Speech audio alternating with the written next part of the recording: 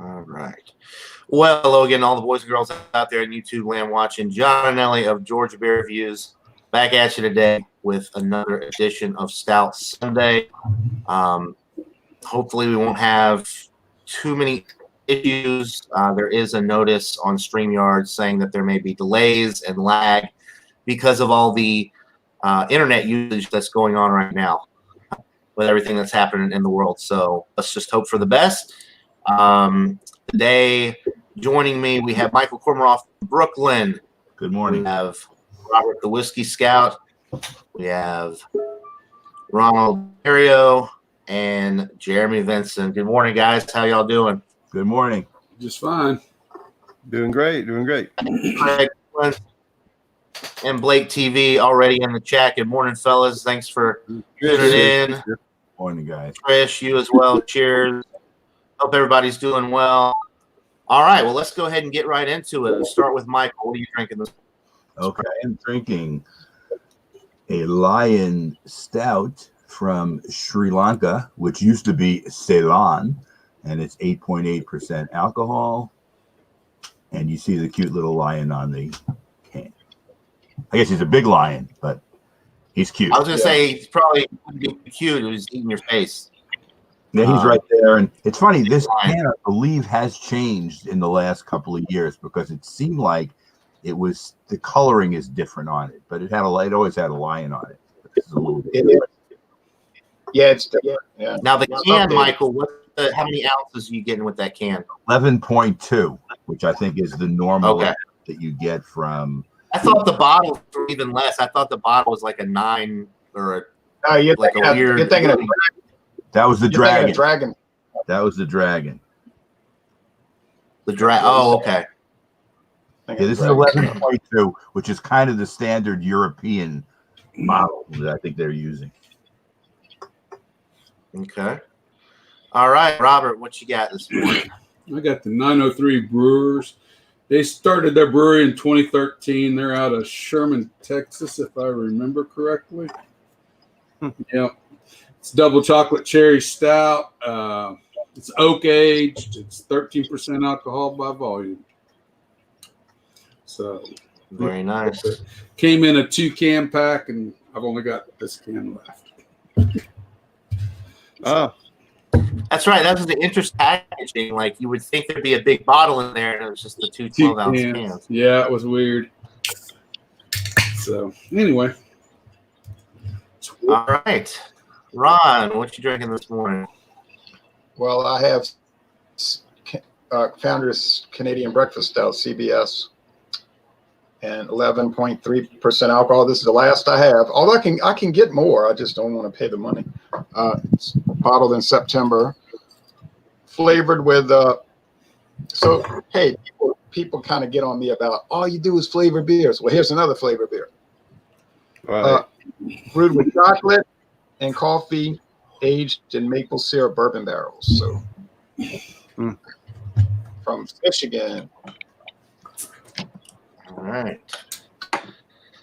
Jeremy, what are you drinking this morning? All right, I'm drinking I don't know if it's a limited release or what. Mine's a porter, but I've seen people bring porters on here before. Left Hand Brewing, Death Before Disco Porter. It's a 6%, 24 IBUs, and the date is Best by 8/16/2020.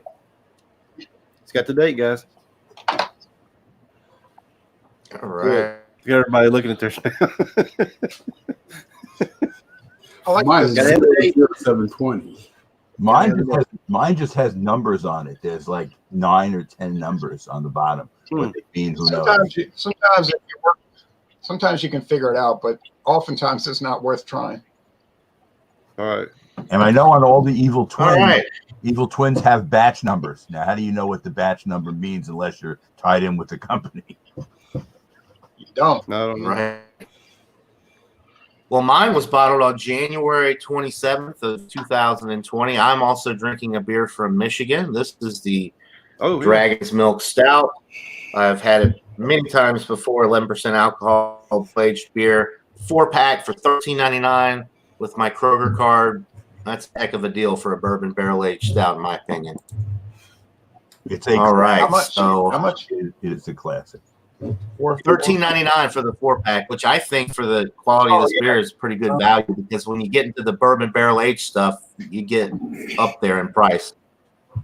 Yeah, that's about what it is. A lot of times you pay $13.99 for a single Kenner bottle. You know, some of these companies. You might.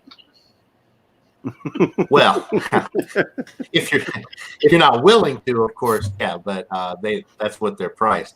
We got Bart Robinson in the chat. Cheers to you, Bart. Good to hear from you. He says, yeah, he's just a little bored. I think we all are with everything that's going on. Blake says he had a cream. Terrible. All right, guys, let's go back around. We'll start back with Michael Kormaroff. Okay. And his Lion Stout. Let's see if you can clearly see this. This is what it looks like in the glass. And it's a tan rather than beige head. So it's a little bit darker than beige. And it's a nice head, and you're getting nice lacing on the side, and it's good head retention. It's coming back. And it's a very dark brown. You can really not see too much light through it. Okay, the nose, roasted malts, getting a little bit of coffee, maybe some dark chocolate, maybe some dark fruit. Very pleasant smell. Let me give it a taste. Cheers. Yeah. Wow, very nice, pleasant taste, and the taste does follow the nose. You can't really taste the alcohol that much. I mean, there's some, you can tell it's not a session, but it doesn't taste 8.8%. Goes down pretty easy. Medium mouthfeel. I guess the strongest taste that I'm getting is the malts are really. It's a malt forward kind of stout, and you're still getting the chocolate as well as the coffee in it, and I'm enjoying it. I will be back later with a number. Good lacing on that one. Very nice lacing. Yeah, nice and creamy laced in there. All right, Robert the Whiskey Scout. I don't know if you guys can see it, maybe not, but it is actually carbonated. It's more carbonated than I thought it would be for what it is. Yeah. Normally stouts aren't highly carbonated, and that's kind of weird. You can kind of still see the bubbles going. The color is a little lighter too. It looks it's not a super dark. Right. You're exactly right, John. It's more of a really dark brown. You can kind of see a little hint of light through it. Didn't develop much of a head. And it's chocolate. It's what it says up front on the nose, and I can tell you it's going to drink like that too. But chocolate cherry, it hits you right up front. You still get some of the roasted malts. That's still there. To me, there's just even a slight what's the word I'm looking for? Coffee or espresso note, just a little bit. I think that's more associated with the kind of mocha you usually get at like Starbucks. That's chocolate mocha you'll get. But the cherry is it's really dominant. It's really nice. It's not a sickly cherry. It accompanies the chocolate very well. Think of those Queen Anne chocolates, chocolate cherries you get that's got the chocolate cherry filling in them. Mm-hmm. With the real cherry inside. It's got more of that than going on. Cheers. Cheers. And it's like a dessert in your mouth. I mean, that's the best. It's sweet. There's just a hint of bitterness. Chocolate cherries running all the way across through your palate. You get a little bit of that oak aging, and it comes across mainly on the sides and the back of your tongue, like it does with a good whiskey. That oak aging really shines in that part, and it's just a good vanilla note that comes across that yields that you can just kind of get that out of that oak aging in this. That's just they're really good. Now, full disclosure, I think I did pay $15.99 for that. I thought I was buying a very expensive bottle of beer when I bought 2 cans. Right. Yeah. I felt better when it was 2 cans. It made it $8. A little bit better, right? Yeah. But it's really it's everything it says it is, and it's really good. And alcohol content, you might be drinking a 3.2% beer. Wow. That's what it just you don't get none of that 13%. It's there, but it's doesn't come across. I mean, like drinking a 3.2 beer like we did back in the day when that was always available at the convenience stores. You had to go to the liquor store to get 6.0 or bigger. So anyway, you can go somebody else, and I will linger on it a little bit more. All right. Sounds like a winner. I've had a couple of the 903 beers, although I don't think I get it here. I think I bought a few when I was in Louisiana, and maybe you sent me one. I can't remember, but I know I've had it. I sent you one. I don't remember which one I sent you, but it wasn't the porter one. I ain't got it left anymore. I drank the ones I had. So yeah, but yeah, they're good beers. They do a good job at that distillery. Okay. All right. Mr. T, Ontario, you are up next, my friend, with your wonderful founder CBS. That stuff never gets old, huh? No.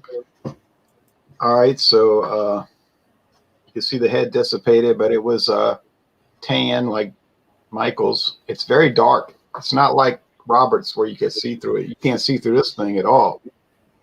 That's like octopus ink.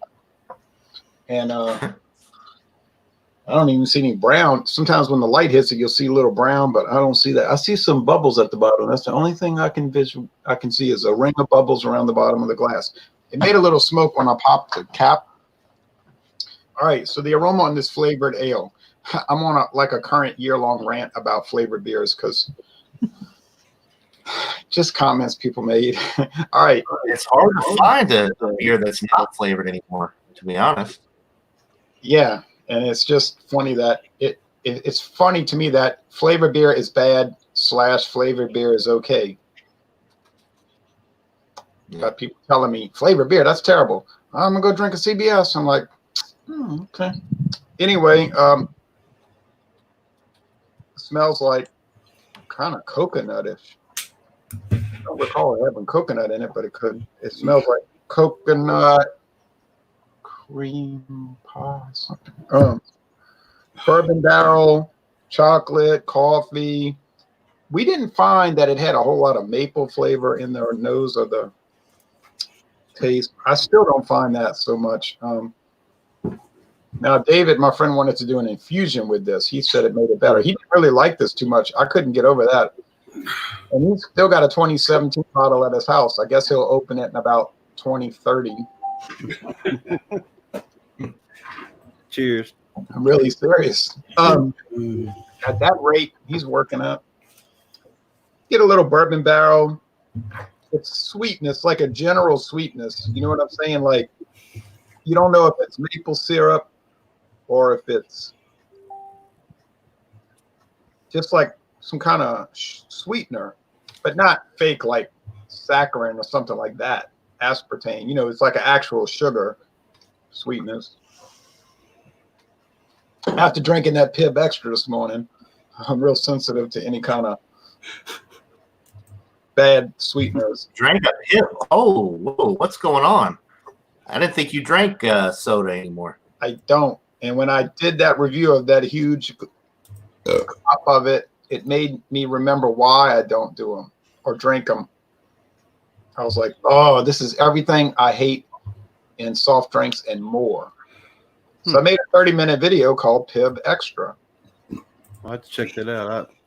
I just woke up, believe it or not. Their locator tool was actually very helpful because it said, go to this store, they got it. Well, they had it. Okay. The mouthfeel here is pretty heavy and velvety, and the the finish is a little bit on the sweet side. Well, I'll say this. I wouldn't drink two of them. Like my father said, if you drink one, that might be all right. But if you drink two, I said, yeah, you'd be very stupid. You'd hit the floor probably. But I wouldn't drink two. No way. Y'all know it's great. Yeah, I think we've all had it. It's a really good beer. Look at the lacing on this thing. Oh, yeah. That's like a big sheet of lacing. I'm sipping on it. That's the kind of beer it is. You know, you sip it. You don't gulp it. You want a gulp beer, go buy Busch Light. This is a sipper. Right. Go buy Natty Babies. That's right. Okay. Well, let's see. Jeremy Vincent, we got to go to you next with your left hand. You've been on a left-hand brewing kick lately. It seems like you've had a lot of their beers lately. Oh, they just came to Arkansas, so that's the reason I'm doing all theirs. Again, mine very, very, very thin khaki head on this one. Brown, dark, really dark brown. My room is not. You can't hardly see it in here, but I don't have very good. I just spilled everything. Oh, I'm like Grizz. I got to get another computer. And beer, man. Sorry. That's my shout out to them. Anyway. All right, so let's go for a nose here. Okay, get the roasted malts, the cocoa. Getting a lot of coffee. Oh, somebody else spilled their beer. That's the first time I spilled beer before. It was on live stream. I opened the door and I forgot I had the oil on it, and it opened too fast. A lot of coffee sense too. Nose to it. All right, cheers, guys. Going in for the taste test. Cheers to you, little buddy. Really good. It's a creamy mouthfeel on this one, more than a lot of porters I've drank. It's got a lot of carbonation, more carbonation than I thought it would. It's kind of a medium mouthfeel on this one too. Definitely getting a lot of the roasted malts. It's kind of got a little smoky taste to it, actually. Weird. Very good porter though. I like it. And I'll keep sipping on it and thinking about it and try to clean up here. All right, Jeremy. Okay, well, that leaves me with my Dragon's Milk. 11% alcohol, barrel-aged beer. The aroma, very malty. Picking up on a little bit of dark chocolate. Definitely getting the barrel presence, some vanilla, a little bit of the oak presence coming through on the aroma as well. Toasted bread notes. Almost a little bit of a dark fruit note. Fig or date in there. It smells really good. All right. Cheers. Cheers, John. Cheers, man. And this has a really creamy mouthfeel. 11%. It's really masked well. Body's medium to almost heavy with this. So the flavor, you're getting the roast is coming through. Some really dark toasted notes. Some of the dark chocolate notes are coming through. A little bit of chocolate as well. There's a little bit of a sweetness there, like cocoa nib sweetness in there. Vanilla. The barrel presence is definitely coming through. It's not really boozy though, but you can tell that this is a barrel-aged beer. If you've ever had barrel-aged beer, you can just tell. It's got that flavor profile. Carbonation is low with this one. It's one of the better deals on the market, in my opinion, for a barrel-aged stout. $13.99 for a 4-pack. I bought a lot of barrel-aged stouts over the years, and a lot of times you buy, a bomber bottle, and that's what you pay for for one. So to get 4 12-ounce bottles for $13.99, and this is a quality barrel-aged stout, I really think it's a heck of a deal. It's got a lot going for it. This is the original. They make other variants, which I've had some of. This is probably the best one, though. I mean, it's just dynamite for what it is. So yeah, I'll keep sipping on it and think of a rating, but it's always a high rating. As I kind of get more experience with a lot of these stouts and drink more and more, the rating might go down a little bit, but this is always one that's going to fall into the A range for me. So, all right, let's get to the comments really quick. We got Terry's quick beer reviews in the chat. Hey, Terry. Chat. Morning here, but it's afternoon there in England. Let's see. Cheers to you, buddy. We've got Nikolai Zazowski. Whoa. He says, I asked you ever drank coffee. Oh, never mind. Bless says heating coffee. All right. So, yeah, we're caught up on the chat here. Thanks, everybody, for tuning in and watch. And here, here's a quick comment we can post from the Whiskey Scout there. Yeah, for my buddy Blake. All right. So we got to go back around now and give our final thoughts and ratings on all of these wonderful stouts that we have. We'll start with you, Michael. What are you thinking about the line stout? As sipping on this, and it's getting a little bit warmer. It's still chilled, but it has even more depth than you realize when you first start tasting it. So it's pretty decent, very nice beer, and I really like it. I would buy it again. Got it in the co-op for $1.61 for a 11.2 ounce can, which I think is a good price for 8.8%. Actually, for an 8.8, yeah. I am going to give it a 95. So it is a solid A. Okay. Good. That's a good score. I know. That is good. All right, you ready? Right. Solid A from Michael. Whiskey Scout, what about you? 903. As it's warmed up, the bitterness has increased a little bit, and it balances out that sweetness. So if you were to get this, I would say let it warm a little bit before you drink it. I like everything about this. There's not much I don't like about this. It's really, really good. It hits my sweet tooth and just right. So I'm going to give it a 98. I really, really like this. This really is very good stuff. But I like cherry chocolate, so it's kind of appealing to that side of my palate anyway. So it's really good. That's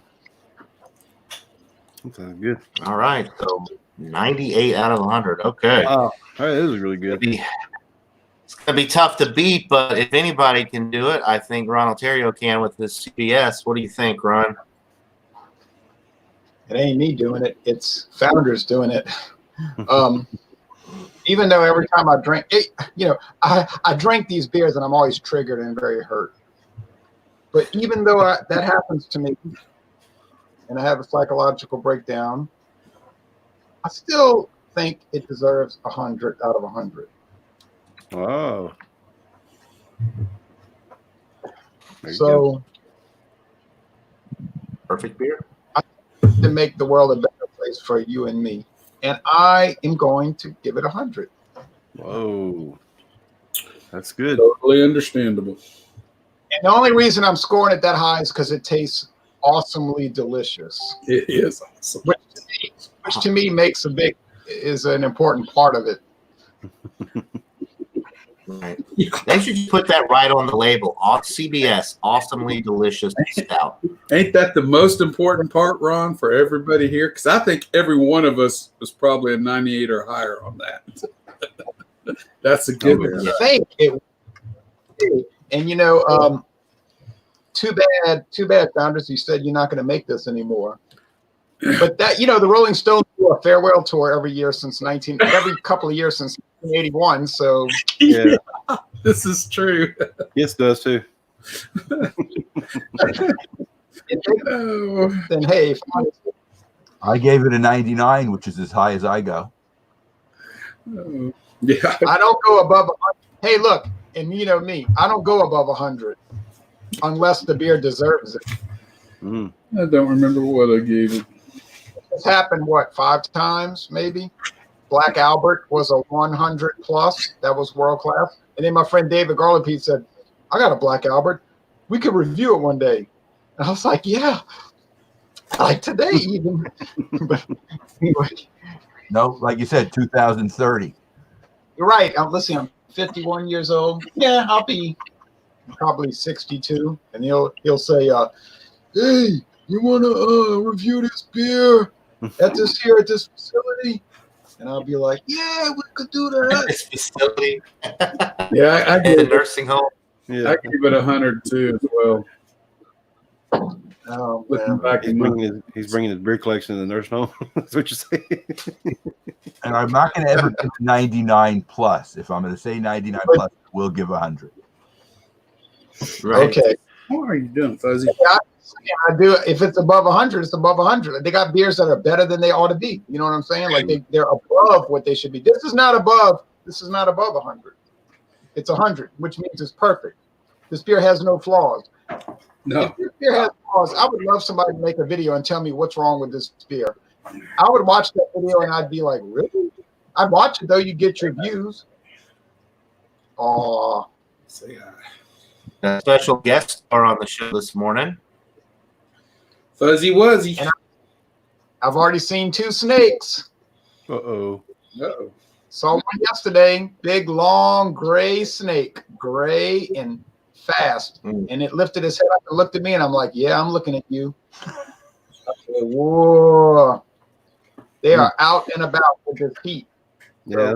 I saw snakes. My neighbor saw a huge king snake next door. I'm sorry. Blame CBS, sorry. Whoa. Good. Oh, I got to deal with something. He's in the trash. don't tell me he's gonna like Good the snakes are out. collection over. If the good snakes are out and about, that means what?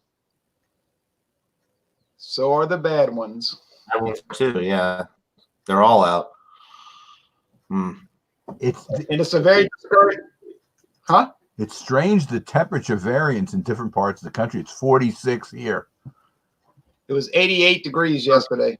Oh, it was Yeah, it got up to 80, the upper 80s here yesterday. It's supposed to get up, I think, again today to the upper 80s, which in the upper 80s in Raleigh, where my nephew is. In Raleigh, North Carolina, which is quite a bit north of you guys, it was 88 yesterday. So it shows you.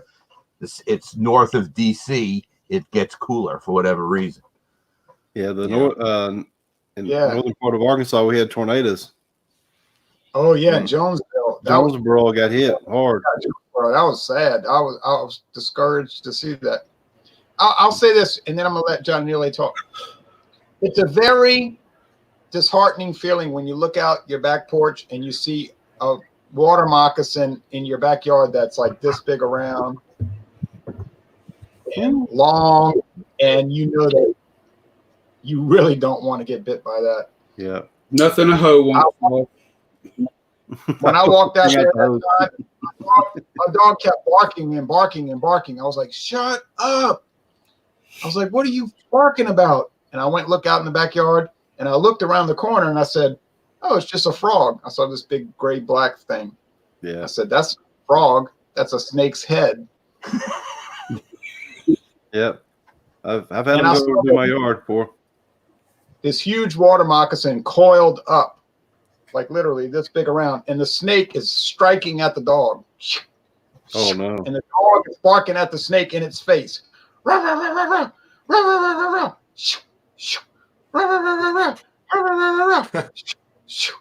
I said, get in this house. And I grabbed the dog and put it in the house.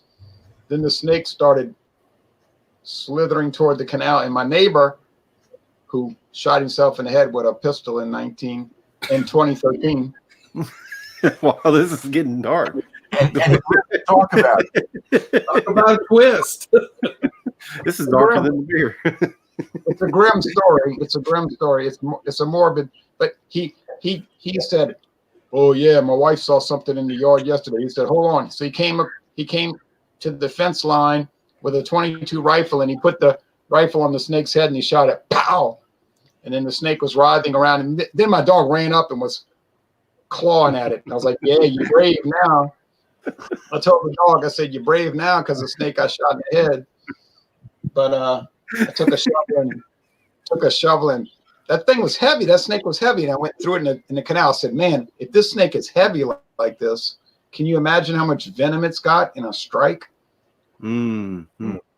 Anyway, and then another one came in and got in the dog's little bed area, and it was on the dog's blanket, and the dog was like throwing a fit. And I was like, "What?" I was like, "Shut up!" And I looked on the dog's blanket, and I was like, "Oh, no wonder you're angry." That's crazy. Well, Jeremy, it's gonna be tough. It's gonna be tough to top all of that, but oh yeah, you can try with that left hand for disco. What do you think? Yeah, I'll give it a 91. Could be a lot better. It's got a weird undertaste. Yeah, it's like I can't describe it. It's like I can't describe it. It's really good, but there's something about it. It's kind of a weird bitter taste to it. But anyway, it's still an A minus. Yeah, you saw Blake's comment. Not yet. I mean, look. Yes, I see that. Oh my gosh. Oh, crazy sucker. Wow.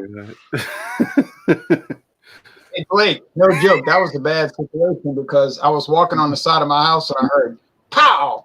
I heard the shot and I said, "Man," I said, "Why is Donald when he's sitting there in this power chair? Why is he out there by the canal shooting into the canal?" You know, that's what I'm thinking. And then I looked over there, like I'm looking right now. I said, "Oh no, he was sitting in his power chair like this." Oh my gosh, you saw? Oh, that's bad. With like blood no. pooling by his chair like a huge pile of blood. I was like, "Well, this is like a movie, you know," but it wasn't no movie. Yeah, that was not a good scene, man. No, it would not be. Did you know him really well, or just kind of? Did I know him well? I moved next door to him 28 years ago. Well, there's a lot of people that don't know each other in cities, you know. Right? Yeah. I mean, he up there on my roof helping me repair a roof one time or improve the roof. And he was was in the Korean. He was a veteran of Korean War, and he's like a big tough guy walking around. Yeah. And I noticed a lot of the tough guys that kill themselves, but it was weird. It was bizarre. Probably had a lot of issues with being in the war and everything too. Yeah, it was just a shock. Yeah. My uncle he shot his TV before. Anyway, sorry to bring down your hangout. That's all right. Blake's got. Before I get my rating, let's show this. Here, guys. Oh my God! All right. So you were actually as stupid as my cousin was, because that's not my grandfather conned my cousin into. Jack takes a special kind of dumb. You don't do that again, though. No, that's a one. Yeah, you learn your lesson pretty quick after doing something like that. If you watch somebody do it, you will never do it. Yeah, I'd be shocked. I will never do it. I'd be shocked if anybody did it again. After that. Oh, that's a pain. All right. Well, my Dragon's Milk Stout I've done this before. Everybody knows I like it. I think everybody on the panel is good as well. It's great value, and it's just a good beer in general. It's 96 out of 100 for me. Oh, good.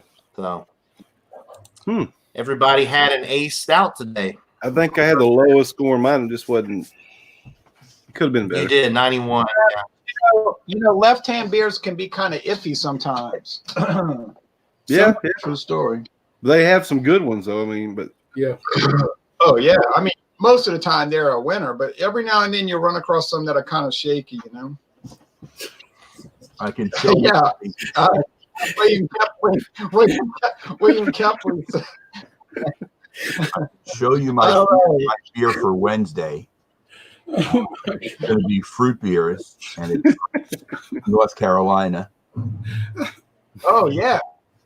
Deep River Apple to the Core. And it's an apple pie blonde ale. And it's funny, this didn't come from my cousin. This came from one of the people who come to my beer tasting, and her son lives in Durham, so she got this. Deep River. That sounds good. And it's interesting. I spoke to John about this. I can mention it to the group. This Thursday, April 2nd, is my normal gathering of all my beer people. But unfortunately, the COVID-19 has come to the country and the world. So it's down to just 3 people attending, which is one more than which is one more than I guess you'd expect that somebody's coming over. Wow. Yeah. I mean, he lives in the neighborhood. He doesn't have far to go, so whatever. And as long as, they're not watching him when he leaves his house and say, "Are you going shopping?" Yeah, I'm shopping at Michael's house. Yeah. I'm going for a beer review. I'm shopping at Michael's house. He has some coleslaw for me. I tell you what. They can tell the police. I have to travel. I'm doing a beer hangout. Yeah. Somehow I don't think they would accept you leaving your house for a beer tasting, but you never know. But you gave them some complimentary.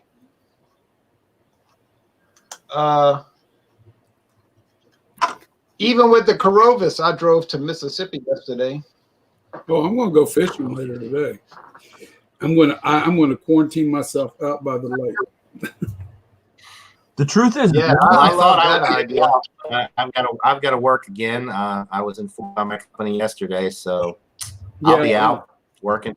Well, now on my job, when I turned my stuff in at Murphin the other day, they informed me that, of course, I'm going to have another well next month, which is a good thing. But they said we are considered essential personnel because Kansas is under the stay-at-home stuff now. The governor's or instigated it.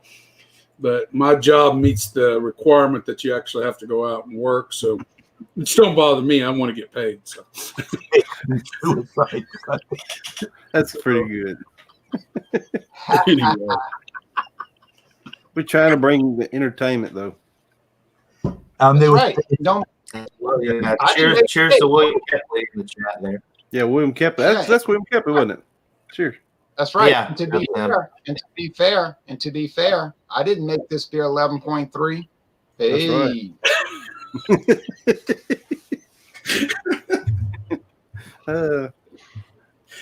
Hey, John Neely. John Neely, you want me to do a little short PSA rant about flavor beers? Sure, we're doing good on time. You got give a few minutes. Go ahead. Okay, here's a public service announcement. I'm sick and tired of people coming at me about flavor beers, and I just did a CBS from Founders, which everybody's going to say, "Oh, I got to run and get it. It's so great. It's flavored." All right, okay, I drank it. It's 11.3, no problem. It was expensive for $4 and flavored 90. Now, if you want to get techno, I bought a flavored beer in Louisiana yesterday, right on US Highway 90. Highway 90, huh? Yeah, and it is Smirnoff Ice Smash. It is called Blue Raspberry plus Blackberry Smash. Is 8%. I could have got it cheaper, but I bought a single 23.5 ounce. I could have bought 2 for $5, but I bought a single that costs. When you buy a single, that costs more. You see. I haven't tried that one. I would probably buy that. I would too. I like it. I used to like. Yeah, just hit the market. Yeah, it's a brand new item. It just hit the market, so I didn't want to get 2 of them, so I paid the extra 50 cents. You know, but you gonna drink it now? Oh, are you crazy? No, I didn't know if he's about to drink it. I'm sorry. I didn't know. Then, I had some self-discipline. No, I didn't say I had a lot. I said I had some. Then when I crossed into Mississippi yesterday, making my videos, I stopped at Easy Serve in a very remote location, I might add, and I bought this. Oh boy. Juice. Whoa, it's 10%. It's a brand new item, but this is the low alcohol version. Oh yeah, that's the only 10%. That's a good line. Yeah, but the normal version is 14%. But you know, Mississippi, they don't really allow. I guess non-flavored beer would be water. So that's the watered down version, only 10%. Right, it's only 10%. It was expensive, but I said, well, heck, I'm in a remote area. I'll probably never see it again, and I haven't seen it since. And I told the lady, I said, I'll buy it. I'll buy it. I mean, it does have natural flavors, so hey. This one has natural flavors also, and natural flavors, and something tells me there's some artificial color in there though, because it's probably neon blue. Well, there are some certified colors involved, but that's sort of yes. And before you pass too much judgment, I did buy some traditional craft beers also, which sadly are out of date because you know that's what grocery stores. Why did you buy them then? Did you not look at the cans? I've got really good at paying attention to dates. Yeah. No, because you know, you go to the store, you figure, I'm gonna buy this beer. It's not a year old, but then you get home and you say, oh, damn, you know. Yep. It's like, man, I'm gonna really flip out when I do these videos. I'm gonna really flip out because I don't want to start. Okay. That's all right. It's okay. I've had more than one store owner come up to me and say, what are you doing? I said, I'm looking at the dates on the cans. Some of these are extremely out of date. Yep. Oh, really? Yeah. You know where they put them at? Right at the front. They put them at the front. Right in front. Like if you're, I'm serious. There's one at a town up the road. Every time I go there, they put all the old beer up front where you have to buy it. So I just reach back there and grab the newer stuff. Yeah. It's unreal. It's unreal. It is unreal. I mean, and I bought this also. I did buy craft beer. I swear to you, I bought craft beer. It's all old, but I bought the Bud Light lemonade. Oh, yeah, I've been wanting to try that. Yeah. They sell singles at the gas station. I might go pick one up and for a review. Yeah, Bud Light. It's 149 calories per 12 ounces. Yeah, that's really light. Yeah, it's just Bud Light Platinum, right? That's a 6% malt liquor. 187 calories. Yeah. No. But speaking of what the industries are that are allowing to operate, chocolate factories are considered vital at this point. Chocolate factory? Yeah, we gotta have our chocolate and our beer, right? As long as those two things. And liquor stores are open in most states. Yeah, right. But that's kind of vital because if you're at home for 14 days straight and you drink it all, you're going to want to drink. Oh, they'll have a revolution. The most ironic thing is that if they would have not quarantined everybody, they probably wouldn't have made no difference. But anyway, don't say that.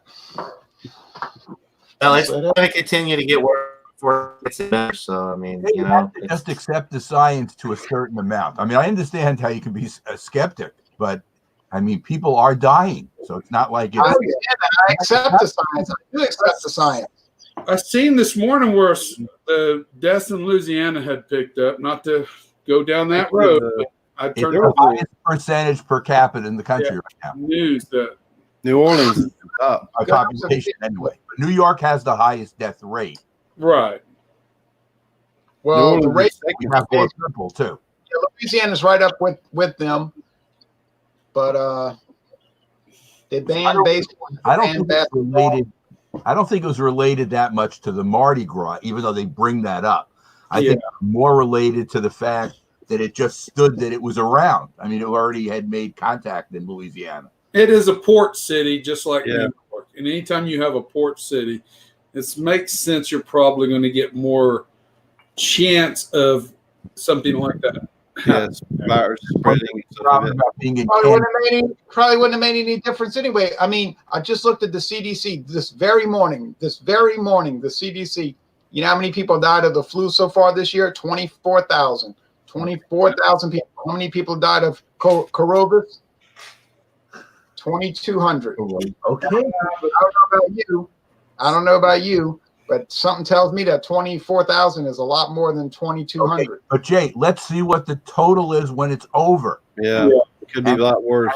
And I will tell you, I hope I'm wrong. I think it's going to be more than the flu when it's okay, maybe so. But let's say what they have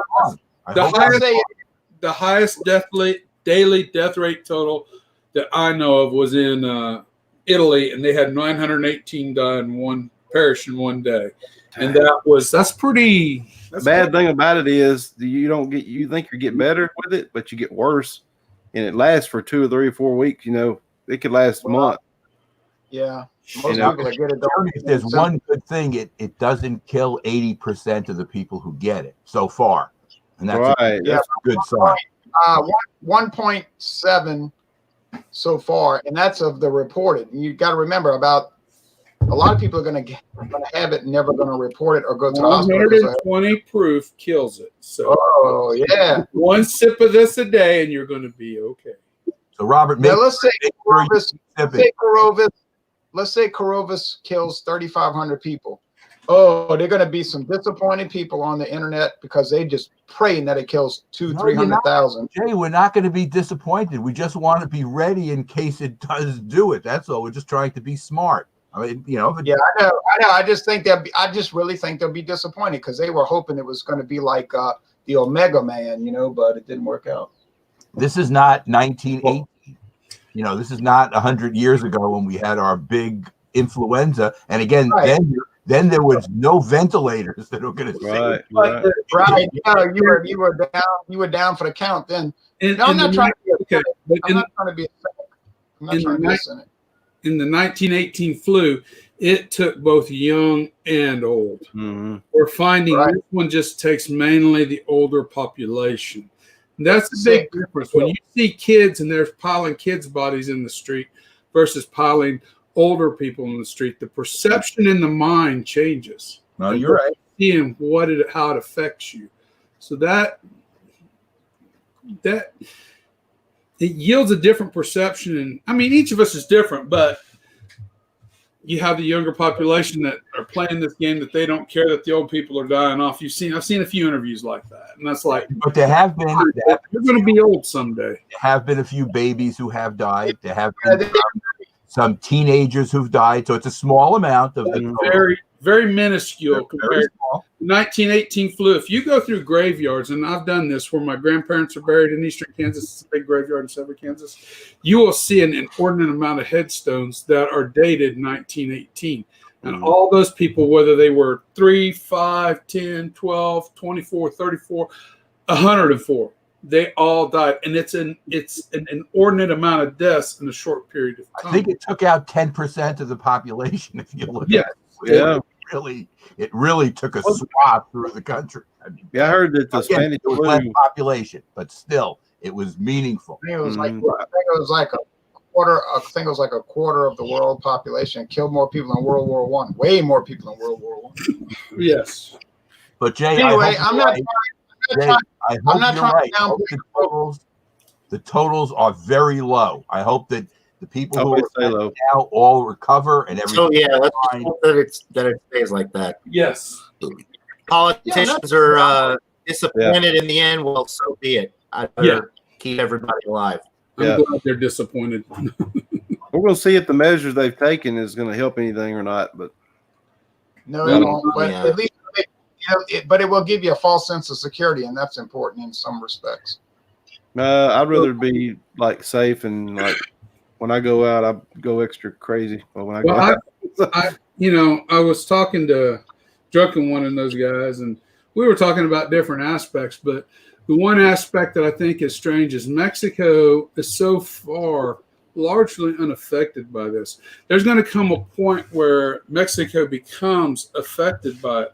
Now, we can't control, and I'm not trying to delve into anything crazy. I'm just looking at the obvious. But we do not control immigration in the United States. So even if we get it slowed down by quarantining and everything starts to look upwards, when that population of indigent poor people in Mexico and it runs rampant through there because their healthcare system is not what ours is, and they come back and they infiltrate across the border not knowing they got it. I mean, they're just it's going to cause a resurgence in the United States, I feel. But that's all conjecture. I can't prove any of that. But did you read that? Well, with all the heat and humidity, it'll probably die out anyway. Well, let's hope. I mean, I'm with you. I hope you're correct. But I heard it was more of a based on the UV rays. It's the intensity level. That's what they're hoping. So I'm hoping that's true. That's very important. Getting out there in the sun, I went to the beach yesterday in Mississippi. Was a lot of people out at the beach walking around. And Mississippi's got a lot of cases now too. Have you noticed that? Mississippi went. They didn't have any. We didn't. We had like a couple. Now they passed us up like 300 or more. Well, I had to mow yesterday, so I was out in the sun for a couple hours. Oh, John's internet cutting out. All right, Michael. It's the Michael Komarov show. He can't control what happens on his channel now, so we'll be taking over. We've taken over finally. No, I have a lot of inappropriate comments I'd like to make now.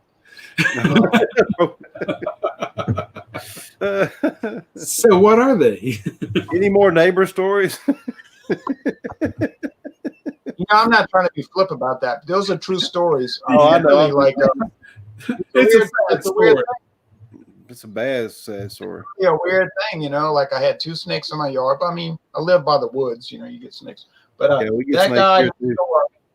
that guy next door, he used to like walk around with his chest out, like I'm a big tough guy, He was cool, I used to like him, but he got sick with diabetes, and then he was in a power chair. I was like, wow, you're not so tough no more, So then he and that just goes to show you, if you think you got it going on, you might be wrong. That's right. So, you're right about that. Jay, do you have exotic snakes there too? How about coral snakes? Coral. Are there any of those in Louisiana? No, that's not exotic. That's normal. I saw a coral snake in 1982 in Destrehan, Louisiana. I was at this lady's house, and I looked in her garden, and I said, Wita. Her name was Wita. They're Spanish. I said, Wita, you got a coral snake in your garden.